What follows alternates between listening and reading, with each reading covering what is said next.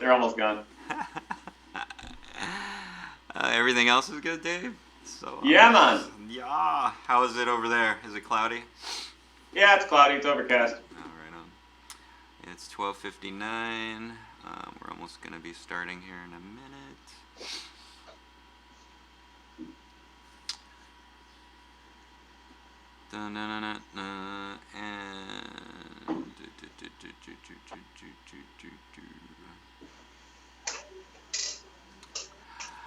I wonder if anybody's waiting. Nobody's on yet. I don't see anybody. And that's okay. We can just do whatever we need to do. Yeah, no, I heard it. Ba-da-ba-ba-ba. 1 minute. All right, it's 1 o'clock. All right, all the you YouTubers out there, you've been sitting here listening to us mess around and get this ready for you guys. But welcome to Dave's Island Instruments YouTube and our live show. My name is Daniel Tim. We're doing this live show virtually. We have Dave over at the shop, and as you can see, you see our names, and Dave is waiting. And I'm excited. I love doing these virtual things. We can reach out to a lot of different people and share with them handpan knowledge and help them with their handpan journey. So without further ado, I don't want to talk too much. Let's give it up for the great David Beery. Here we go. Thank you, Daniel. Thank you very much You're for welcome. that wonderful introduction. All right, everybody, welcome. Thanks for being here for our next edition of our live Saturday free classes for handpan.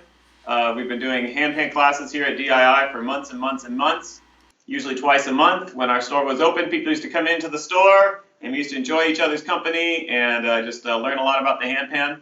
It was great for beginners and people that are just getting to know what the handpan is and getting their first time to touch one.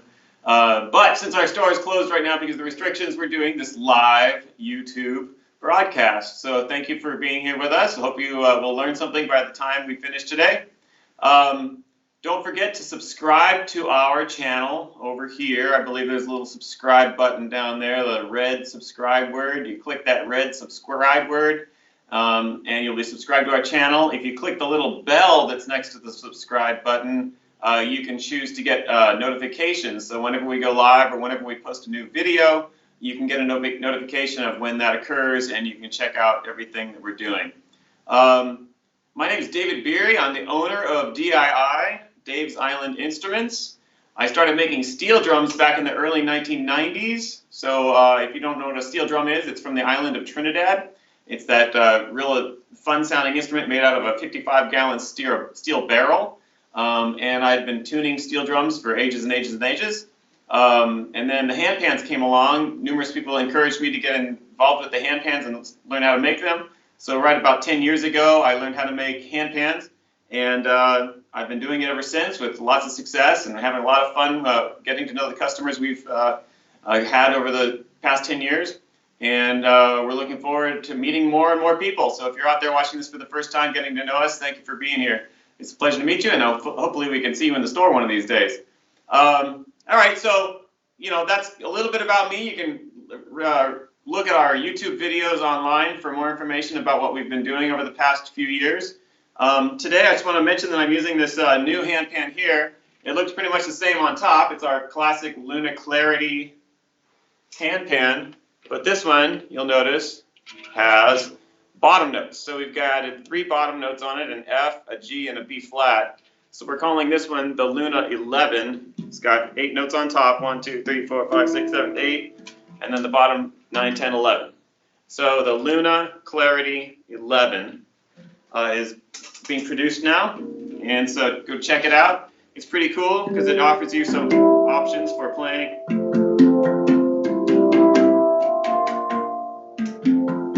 all sorts of fun stuff.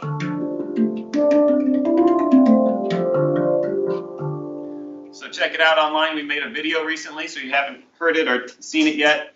After you watch this video, go check out that video and learn more about it.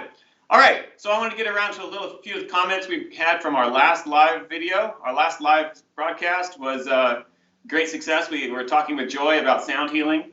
And here are some comments that people made. Savage Beast Exotic Tones said, I like the Spiral. I can use it for guided meditation. Spiral was a song that I was teaching, not really a song, but like a little jam that we were working on the handpan, and I'll explain that a little bit later. He enjoyed the song Spiral. Cecile said she wants to learn more about independent playing, how to play one pattern on your left hand and play something different on your right hand. Somebody else had the same comment the last time before the last class, and I explained a little bit of a exercise you could do. So I'm going to explain that again later on during our lesson. So thank you, Cecile, for that comment. BJ said, thank you for all you do and the people you touch unknowingly. So thank you so much, BJ. I know that you're out there, and other people like you are out there watching, and it's really a pleasure to meet you all. Tristan Gallegos said, simply fantastic. So we had a great session last time, so thanks everybody for those comments, and thanks for tuning in. All right, so we're going to start right off with just like our basic handpan class for the beginners that are out there that are just getting to know the handpan.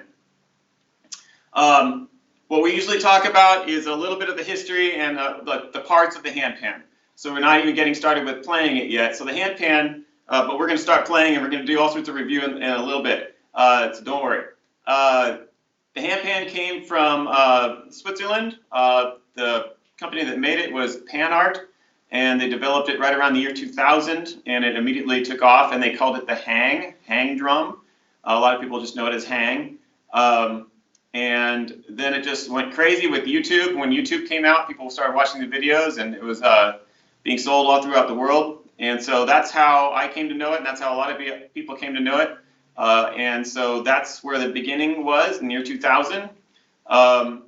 So let me just talk about how it's made and what it's made of. So the handpan is made of steel. There's different ways of making it.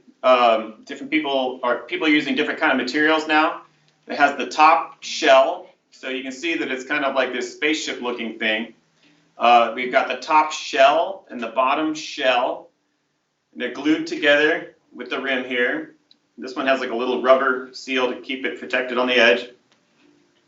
The top shell has the handpan tone field notes.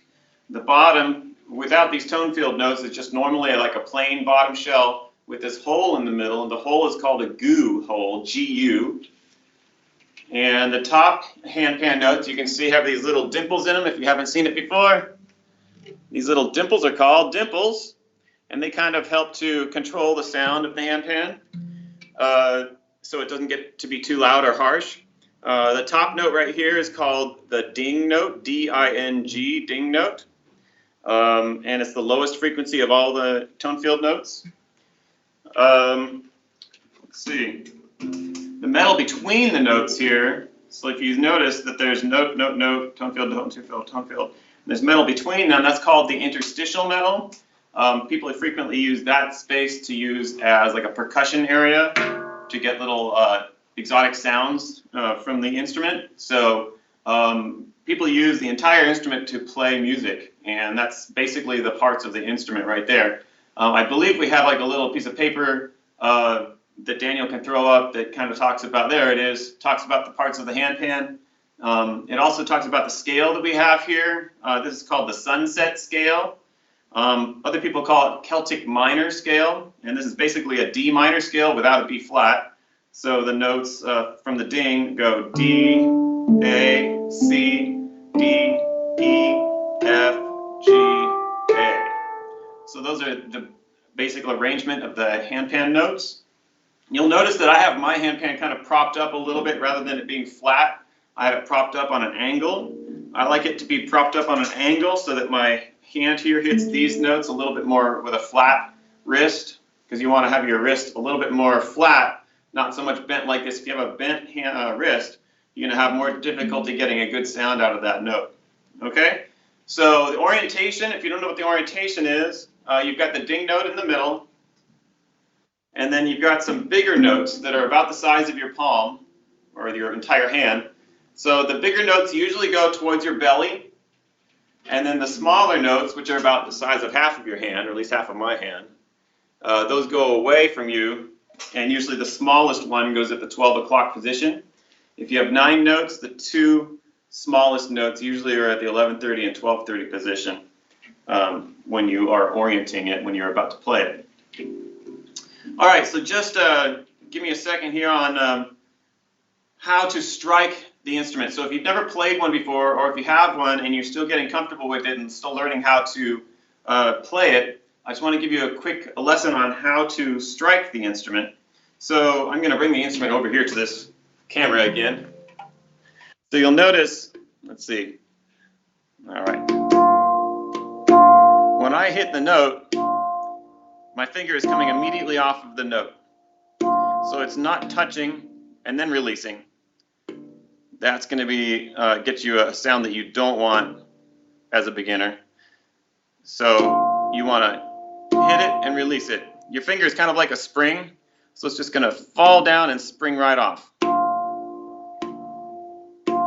Some people have a curved finger like this, and a lot of piano players, they're taught to curve their fingers when they play, and some people kind of peck at the note like this. That doesn't really get a good sound.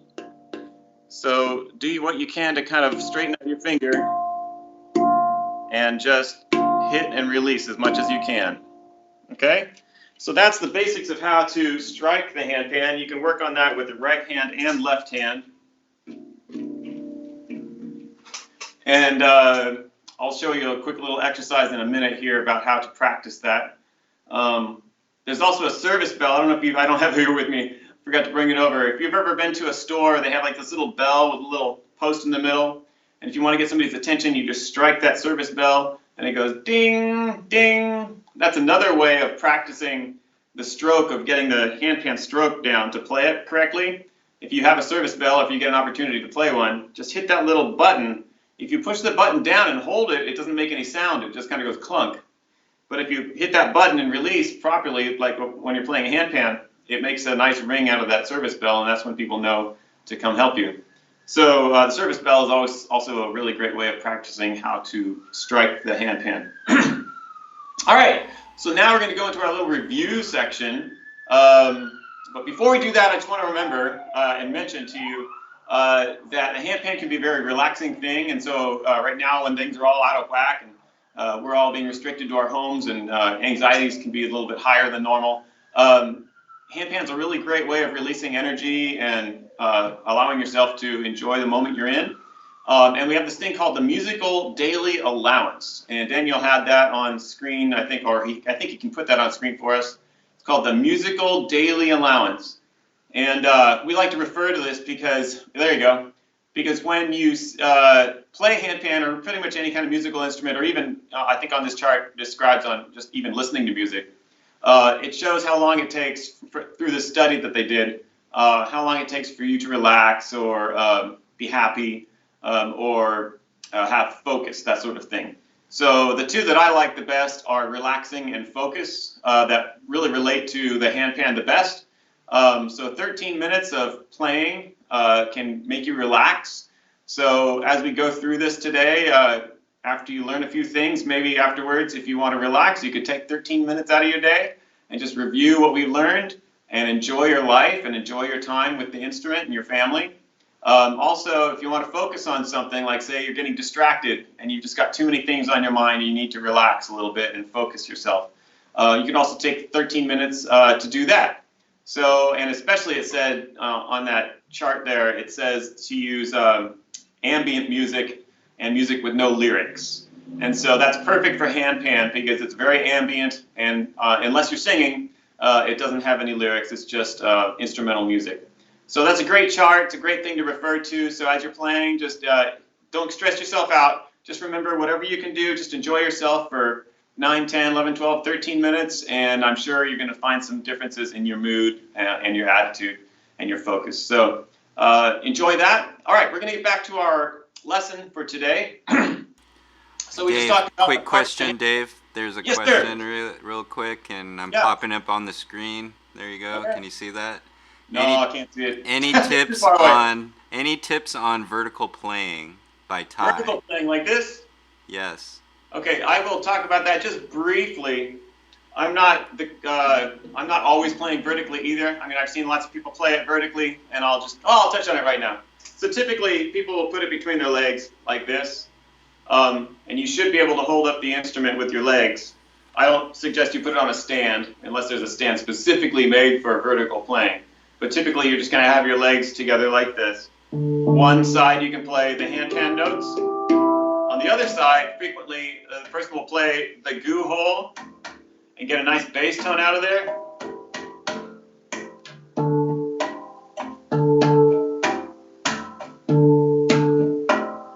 So it's kind of fun to interact like that. Otherwise, like let's say I had some of these bottom notes here. The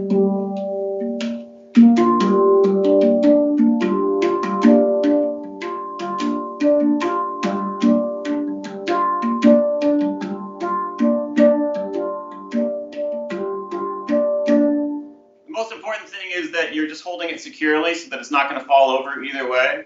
Another option is just to play like something simple on one side.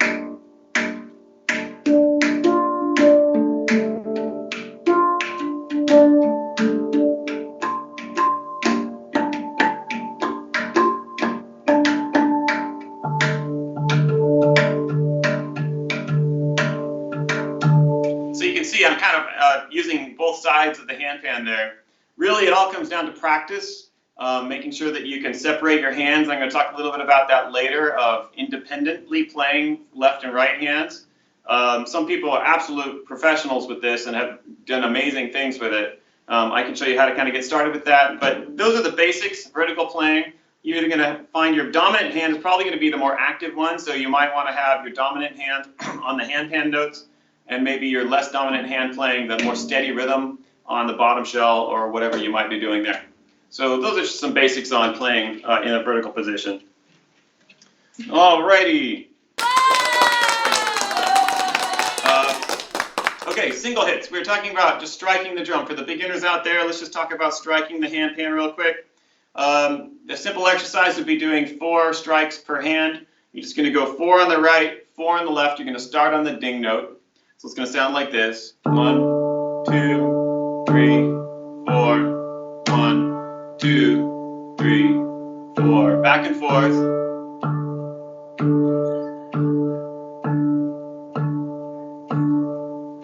And stop like that. I can hear you laughing, Carrie. I hope you're having a good time out there. All right, let's see. Then you have your, I usually use my middle finger for playing mostly, sometimes my index finger. I use my ring finger and my pinky less.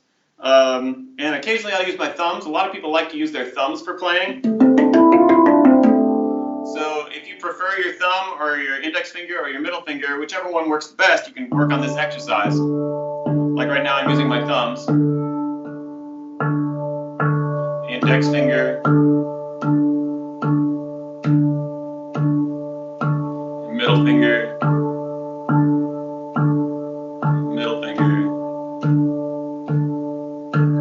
So there you go. So you can just practice that back and forth, right to left. You can also spread it out over the handpan, so you're not just playing on the one ding note. You can play it on the right-hand side of the handpan and the left-hand side. Doesn't really matter which notes. You can play any of them, but it just kind of breaks it up a little bit. So let's try that.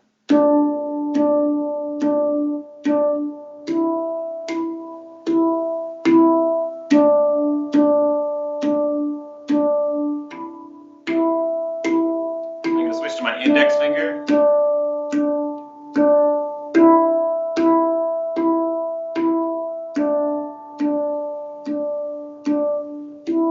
So what you're looking for is a nice smooth sound out of the notes. You're trying to get away from that sound where your finger is touching and holding the note. So you don't want to hold it, or you don't want to stop the sound. You want that sound to just kind of blossom out of the instrument. And also don't go too fast. I was going a little bit fast right there just because I'm repeating what I've done before. But take it slow. You can use the clock on the wall, like the second hand. Just follow the second hand. 1, 2, 3, 4, 5. However fast that second hand goes on the clock. Just follow that second hand.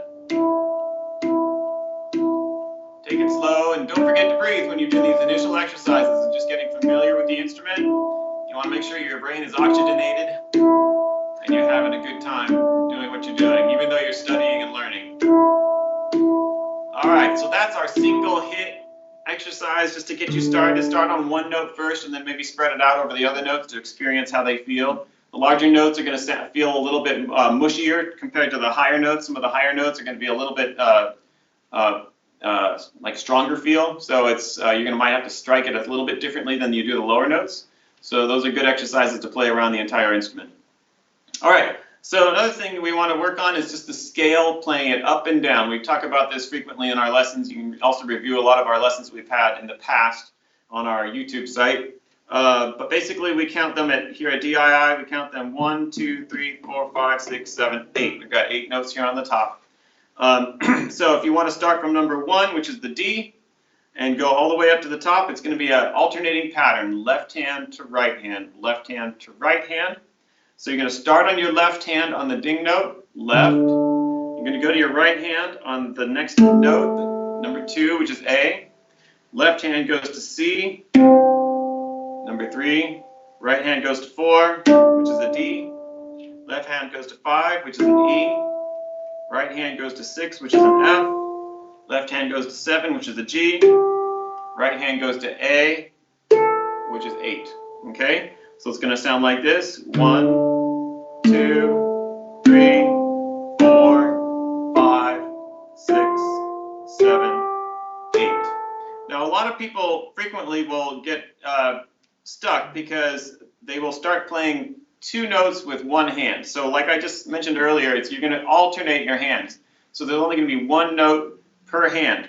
So here's a common mistake. So you would start on your left hand, left, right, and then somebody might go to the next note with their right hand again. So see what I did there? I went left, right, right.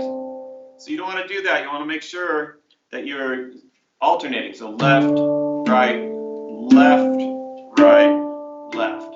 They also do that up here a little bit. When they get up to the top, they want to skip over and use the same hand. So let me show you an example of that. 1, 2, 3, 4, 5, 6, 7. Sometimes they'll take their left hand and scoot over to that high note. And as soon as you scoot over there with the same hand, then going back down, you get all tripped up again because you broke the sequence. So make sure that you always alternate your hands all the way up and down. And then you can come back down also. And that's a good exercise for beginners as well. You can just get started with just going up and down the scale. Again, you're looking for the sound quality and the tone, getting the feel for the notes. So once again, 2, 3, 4, 5, 6, 7, 8. You go back down. You can either immediately go down or you can stop and start over again. So let me stop and start over again. 1, 2, 3, 4, 5, 6, 7, 8. Give yourself a second to start over. Start on that high note again. Right, left, right, left, right, left, right, left. Okay, so see how that works? So that's just a basic scale for the sunset scale that we have on the handpans here. All right, moving on to rhythm. Okay, we talked about rhythm in our previous classes also. One of the classic rhythms that I like to teach people on handpan, that's just like a starter rhythm. It has less to do with playing the notes than it does with just playing like a groove or a beat. So we call this the Austin Funk, and I teach it to all my classes. It's just a fun one to get started with, and it utilizes the interstitial space that I talked about earlier. So when you're using this interstitial space, rather than hitting with like kind of a bounce to the finger, in this instance, when you're trying to get that smack sound, the snare drum sound out of the interstitial space, you want to have it nice and solid smack sound, so the finger actually rests on the steel for just a second. So let me show you what that looks like. So in this instance, instead of like with a handpan note coming off of the note, you're going to smack it and keep the finger on there. You can play it in between the notes here. You can play it between the notes over here. Like I showed you earlier, even on the bottom shell, there might be some space down there if you wanted to use the bottom shell. Okay. Either way, you want to try to stay as far away from the notes as possible. If you start getting close to a note, you're going to start getting harmonics. Okay, Okay, so stay away from the notes, right between the notes as much as possible to get a nice smack. Okay? So that's a little bit tricky right there, because if you're just learning, your hand is just learning how to hit and release, and now you've got something new to learn, which is hit and remain, right? So it strikes and remains there. Yes, some people do just smack it and release it just like a regular handpan note, and you can get a sound like that. So it's not a problem. If that works for you, just work with it, and you can work on that technique later of leaving your hand on the steel. Either way, what you want to do on this exercise, the Austin Funk, is play the ding note as if it was the bass drum on a drum set. So usually played by the foot, but your left hand is going to play the ding note like the bass drum. Your right hand is going to play the interstitial metal like the snare drum. And you're just going to say, you're going to play this beat here.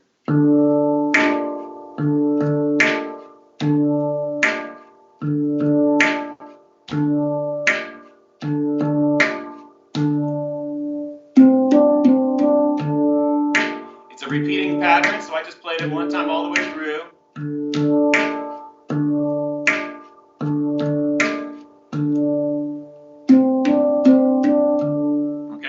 Break it down a little bit. So we have this the main feel, which is 1, 2, 3, and 4. 1, 2, 3, and 4. Right? So if you're counting out loud, you can just count it like that, or you can do left, right, left, left, right, left, right, left, left, right, left, right, left, left, right. You could also count it like that. So we do that, I believe, 3 times in a row. Let me just run this through my head, and then we break it down with a little pattern between. And that pattern between is going to go left, right on the C and the D note. So if you counted those with numbers, 1, 2, 3, 4, it's number 3 and 4. Okay? So it's C or D, or 3 and 4, or if you still can't quite get it right, maybe your handpan is tuned to a different scale. Just try to get some notes that sound good. With that pattern that you've established up on the ding note and the rhythm. So that, like I said, is left, right, and the pattern starts again on your left hand. Okay, so let's break it down. 1, second repetition,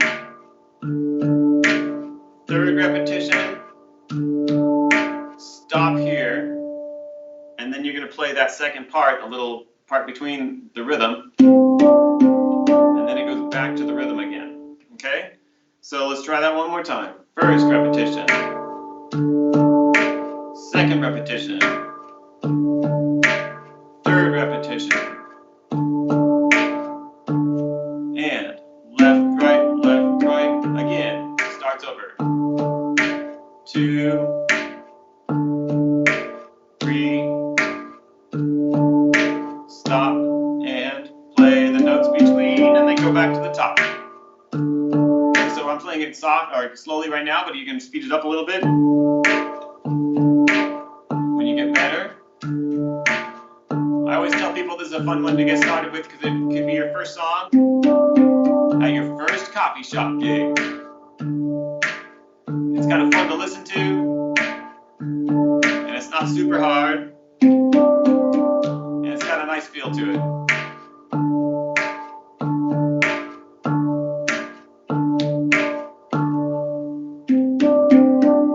I always end it just like that, just like kind of let it just dither out into the universe. So that's the Austin Funk. That's a great one for beginners to start with. Independence. Okay, earlier Cecile was asking us about independence. How do you separate your left hand and your right hand so you can play something separately with your left than with your right? So typically what you're wanting to do is establish some kind of rhythm with one hand and then play a little bit melodically with the other hand. You know, ultimately this is like, can you see this? It's like doing this, rubbing your belly and tapping your head and then switching, rubbing your head and tapping your belly, right? So you need to kind of have that independence of being able to switch those and not get like where they're doing the same thing. So one of the initial ideas I had for practicing this was just playing your hands together so that you know what it feels like when the hands are playing together, and then separating one of the hands, going back to playing together, and then separating the other hand. It's a very simple exercise. You're going to play 8 beats together. So let me just show you. And you can do this on the ding note and any other note of your choice. So I have my ding note on my left hand, and I'm going to play the A here, just to give it some, you can reference and hear how it sounds different. So I'm going to play 8 notes together. 1, 2, 3, 4, 5, 6, 7, 8. After I play 8 there, my left hand is going to continue playing 8 notes. My right hand is only going to play the odd notes, okay, or the odd counts. So it's going to sound like this. The second part is going to sound like this, where my right hand is playing the odd numbers and my left hand continues playing all of the numbers through 8. So 1, 2, 3, 4, 5, 6, 7, 8. So do you see how that worked? So you heard this continuing 1, 2, 3, 4, 5, 6, 7, 8. This one was playing every other beat. 4, 5, 6, 7, 8. Okay, so then you're going to go back to playing both together. 1, 2, 3, 4, 5, 6, 7, 8. And then you're going to switch. So now your right hand is going to play all 8. And your left hand is only going to play the odd numbers 1, 3, 5, and 7. Okay, so let's see what that sounds like. 1, 2, 3, 4, 5, 6, 7, 8. Okay, so it's a little tricky, but just practice, relax, don't forget to breathe. So let's see how this sounds. Let's see if I can do it all the way through. So 8 times together. The right hand plays the odds. 8 times together. The left hand plays the odds. Okay, so that's the exercise. Here we go. Ready, play. 1, 2, 3, 4, 5, 6, 7, 8. Right hand plays odds. 3, 4, 5, 6, 7, 8. Together. 2, 3, 4, 5, 6, 7. Now your left hand's going to play the odds. 1, 2, 3, 4, 5, 6, 7, 8. Together. 2, 3, 4, 5, 6, 7, 8. Okay? So that's how it sounds. That's the way it looks. If you use different notes, you're going to get a kind of different sound, even though the exercise is the same. So let's try it on the D and the E, which is number 1, 2, 3, 4, and 5. Okay, so here we go. Together, 2, 3, 4, 5, 6, 7, 8. 1, 2, 3, 4, 5, 6, 7, 8. Together, 2, 3, 4, 5, 6, 7, 8. Left hand, 2, 3, 4, 5, 6, 7, 8. Together, 2, 3, 4, 5, 6, 7, 8. Okay, so that's the exercise. How would you actually put that into practice? You could put it into practice pretty simply. So if you wanted to, you could just keep this note here. Like I said, you're going to stay with the 8 notes here, and you're going to kind of do the exercise the way you do it. But if I start moving around with my right hand, you'll notice that it starts sounding different. 1, 2, 3, 4, 5, 6, 7, 8. 1, 2, 3, 4, 5, 6, 7. Now I'm going to switch. 4, 5, 6, 7, 8. 1. Now together, right? So you can see the exercise can get kind of complicated quickly, because now you're not just switching the rhythms of the hands, you're also switching the note areas. So that simple exercise, if you start expanding it, you can start doing all sorts of crazy stuff. Another thing is if you go between notes. So just maybe between these two over here. And you can just explore the exercise in various ways. So let's play together, 8 notes. 1, 2, 3, 4, 5, 6, 7, 8. 1, 2, 3, 4, 5, 6, 7, 8. 1, 2, 3, 4, 5, 6, 7, 8. 1, 2, 3, 4, 5, 6, 7, 8. 1, 2, 3,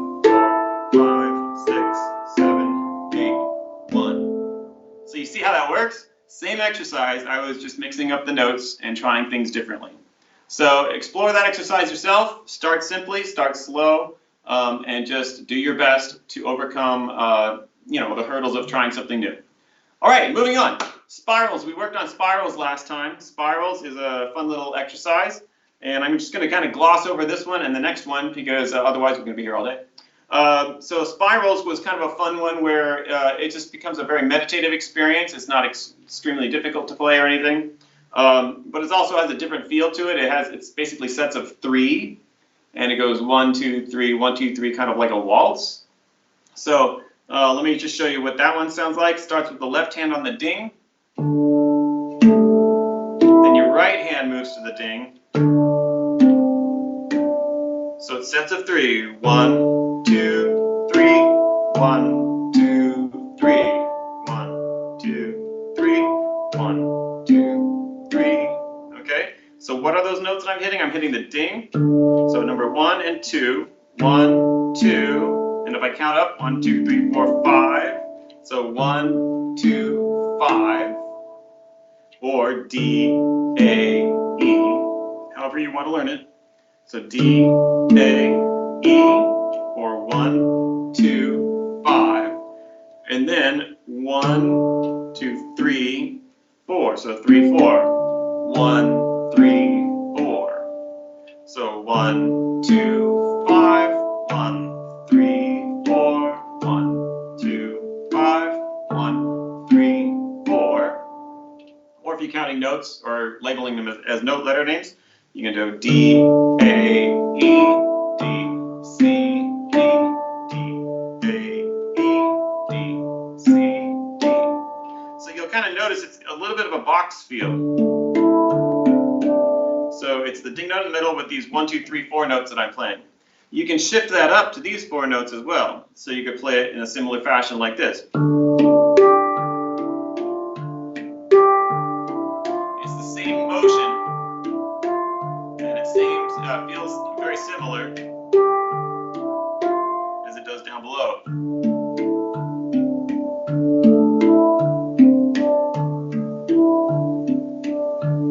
I like this one. It's a very calming sound to it. So if I was to use this in like a meditation, either for myself or even for a class or something like that, I think it would be something that we could use to kind of get the group or myself even into kind of like a very mellow feel and more of a relaxed countenance.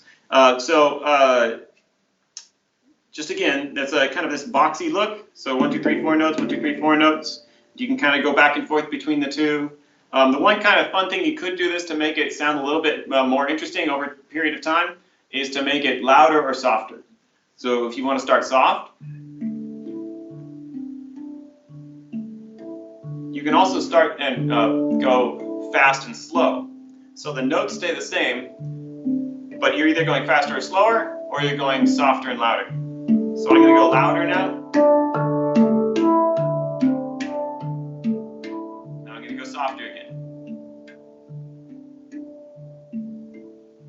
Starting and stopping is also kind of fun to do. If you're with a class of people, just kind of let it breathe. Because you have to remember, percussion, when you're playing percussion with your hands, your hands never need to breathe.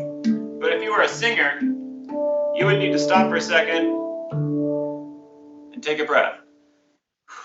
Right? And then you start again.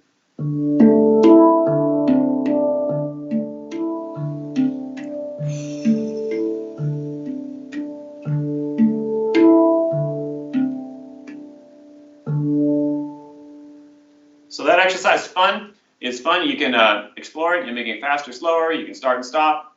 Make it louder and softer. So that's a fun one called Spirals. So check that out. Alpha, we worked on Alpha last week. Alpha is the name of the first song on a CD that I made. It's on iTunes, so you look up David Beery on iTunes, and it's called Celestial Dream Soundscapes, and it's made for sleeping and helping with sleep and relaxation. So Alpha is another song that was created from just this sunset scale, and it's very simple. It's just basically 2 elements to this part, and it's very meditative. And we talked about it last time, so let me just show you the 2 parts. And if you were there last time, you can practice along, or you can learn it for the first time. So it's going to, again, start on the ding note with your left hand. You're going to go all the way up to the high A, which is number 1, 2, 3, 4, 5, 6, 7, 8. So 1, 8, 7, 6, 5, 4, 5, 6. So see how it goes from high, or so from low to high, and then it goes down the scale. But then it goes back up 2 notes. Okay?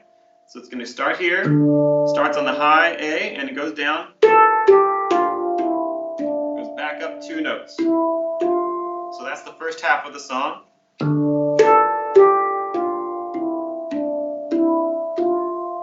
Okay, let me play that one more time.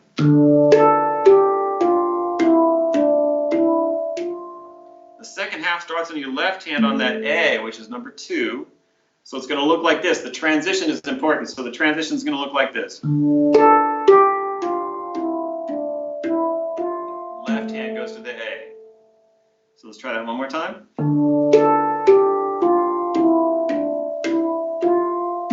A, right there. Okay? So keep your right hand on that F, which is number what? 1, 2, 3, 4, 5, 6, right? So A is going to be on 2 and right hand is on 6. So the next part is going to sound like this.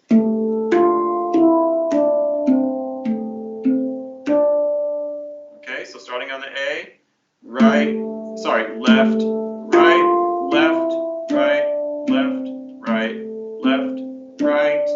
So the numbers would be 2, 6, 5, 4, 3, 2, 3, 4. Okay?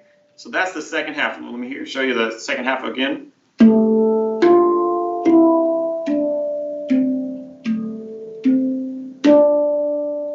One more time.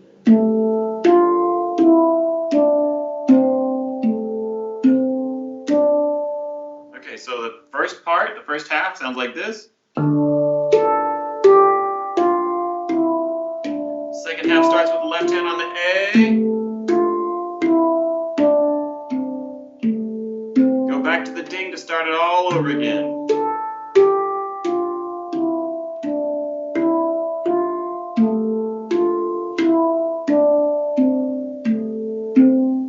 Again. So it's just a repeating sequence. Second half.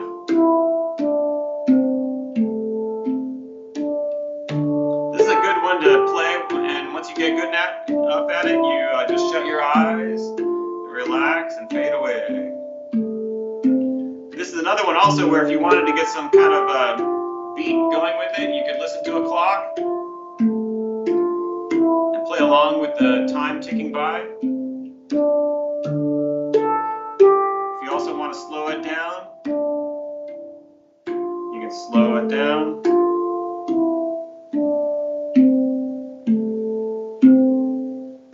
And take a breath, and then start all over again.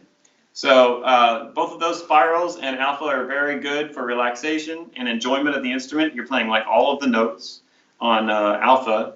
And so it's really great for beginners just to get their hands on the instrument and start playing something that's enjoyable. All right, new lesson. We're here to the new lesson, all the way at the pretty much the end of the show, but that's okay.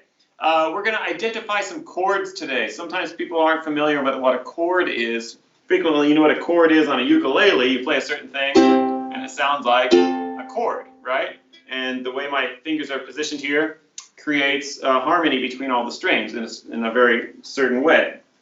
So on the handpan, the notes are distributed differently, but on the sunset scale, and by the way, in different scales, they're going to be distributed differently. So what I'm going to explain to you today is more or less for the sunset scale, which is also Celtic minor scale, but frequently can be somewhat used with other scales as well. So on the sunset scale, the right-hand side and the left-hand side of the instrument basically outline different chords. So on the right-hand side, you've got a D minor chord.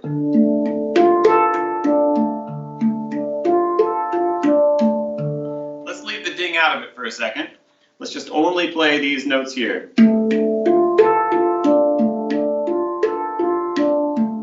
They have a nice harmony to them. Those are a D minor chord. If you go to the other side of the instrument,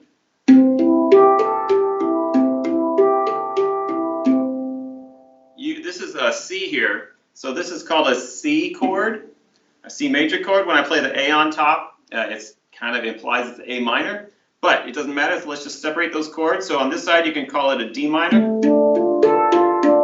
On this side, we're going to call it a C. And by going back and forth between each side, you can either play those notes together, the notes of the chord, what I should say, and switch over to the other side to play those notes of that chord. So the cool thing is, if you're playing two notes together, which usually identifies what a chord is usually two notes or more of notes in a chord. So you can't have a single note chord. A single note is just a single note. So if you have two notes or three notes, that indicates that it's a chord. Usually they are established by things called thirds, and I'm not going to get too much into this music theory stuff, but if you just say, if you sing like a scale, C, D, E, la, la, la, la, la, la, 1, 2, 3, right? 1, 2, 3, that's a third, 1, 2, 3, or if you play E, let's see, D, E, F, D, E, F, D, E, F, that's a third, okay? So you can see how the first and the third create a chord. The first and the third note create a chord here. First and the third create a chord here, okay? So again, on the handpan, the right-hand side is the D minor chord, the left-hand side is the C major chord. So you can go back and forth with those. What I frequently see with a lot of people doing is when they first approach a handpan, they start playing notes like this together. And it's to some degree an interesting thing to hear and listen to, but it actually doesn't really jive with any kind of chordal or harmonic structure. Especially when you hear notes like this or like this. They're kind of dissonant. It's not exactly the most pleasing sound. So if you shift your playing, when you're playing with two hands to either side of the instrument, so now you're playing two notes over here, it doesn't really matter which two notes you're playing, they're going to make a harmony and a pleasing sound. So if you switch your two hands to this side, it doesn't really matter which notes you're hitting, it's always going to be harmonious, it's going to have a nice harmony, okay? So again, if you're playing with two hands at the exact same time, if you play on the right-hand side and left-hand side at the same time, it usually has more of a dissonant sound. It's not so pleasing. But if you put both hands on the right-hand side or both hands on the left-hand side, that's usually a much more pleasing sound. And it also looks cool because your body is moving from side to side. All right. So that's basically what I wanted to get at with the chords today. A simple exercise, you could do two things. You could play notes together, like this, and you can see my left hand is reaching from the A to the F. My right hand is staying on the D. So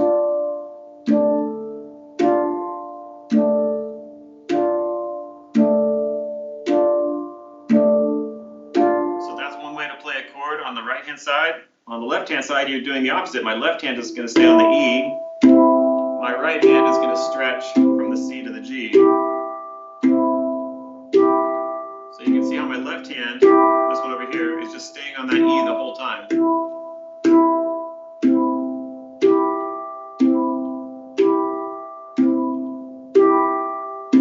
Scooting back, my right hand's going to stay on the D the whole time while my left hand moves.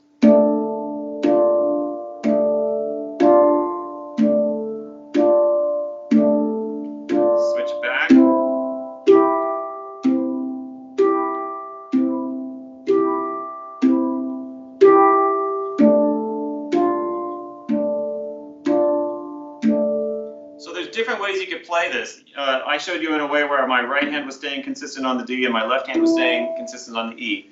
You could just move your entire position, which allows you this motion, but it gets the same result. It's the same harmonies being played. here.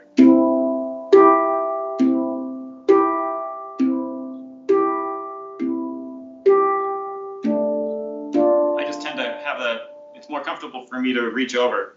So in this instance, it's kind of what you're more comfortable with. So if you like to make it feel like this, where you're moving your body and your hands together, you can do it that way, or you can do the way I suggested earlier, which is crossing over with the left and the right hand.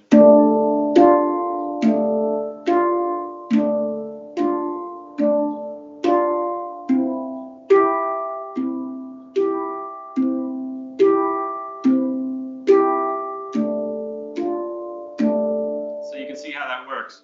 So in a very basic way, that's the way you can identify chords on the sunset scale. So you've got a D minor and a C major. There are different chords on the sunset scale. It gets to be a little bit more complicated how I'm figuring out how to identify them. But just real quickly, you can play an F chord with these notes. These 4 notes are all part of an F chord. We've got the C chord, we've got the D minor chord. Over here we've got an A minor chord. So ultimately, if you get familiar with these chords, it's fun to play those as chords, and then when you're playing the music that you're creating, you already know and those notes that are designated as those chords. You don't always really need to know what the names are. You just kind of need to know that these 3 notes sound good together, and these 3 notes sound good together, these 3 notes sound good together, maybe these 3 notes or 4 notes or whatever it is. So it's just a good thing to know about chords, and you can explore more musical ideas knowing about those chords. So that's just a little intro on chords today, on how to play them and how to identify them on your handpan. Okay, if anybody has any final questions or comments, feel free to post them. We can either follow up with you today, or we can follow up with you next time. Like we did earlier today, we kind of talk about people's comments and that sort of thing from the previous lesson. So I hope you enjoyed it today. It's great to see you. I wish I could see you, but I hope to have you check in again next time. We should be back in 2 weeks on Saturday at 1 o'clock p.m. with our next handpan free class. So see you then. Can you tell him the question? Daniel. All right. Dave. Oh, there's a question. I guess there's a question about, which one? It's BJ. BJ wants suggestions on striking it, but I guess she wasn't here. Here's the question. She has her 2 highest notes on her chorus. Oh, wait. Dead. The 2 highest notes on her aura sound dead. And I'm going to bring it up here. Doop. Can you see that? No, I can't see it. It says, what should I do as my highest notes on my aura sound dead? They have since I received it. Well, okay, so if you're having problem getting high notes, I think earlier on I was mentioning that the low notes are easier to get the tone out of the low notes. When you get to the higher notes, sometimes it requires more of a slap to get the sound out of those notes. So there's 2 possibilities. It's possible that it got damaged in the mail getting to you, which I doubt. I don't think that occurred. But if it did, you can send us a video of the problem you're having, and we can identify maybe what the problem is by sending us a video. But otherwise, I believe it's going to be a technique issue. So once you get the better technique of slapping the notes, you should get more tone out of those. So it does require a little bit of a harder slap, a little bit faster motion to get out of those high notes. This one doesn't have the high C that the RS does, but the high C is even a little bit smaller, and so it requires a little bit more of a slap. So I think if you just become more familiar with striking the notes and making sure your fingers come off that note immediately, so that it doesn't rest on the note even for like a millisecond. If it rests on that note for a millisecond, it's going to mute it just a little bit, so it needs to be right on and off as fast as possible. So that's my suggestion to you. But mostly I believe it's a technique thing, and you just need to kind of play around with it a little bit more. Cool. I think they got it. I don't see any other questions, Dave, but thank you very much. You're awesome. All right. Thank you, everybody. Have a great afternoon.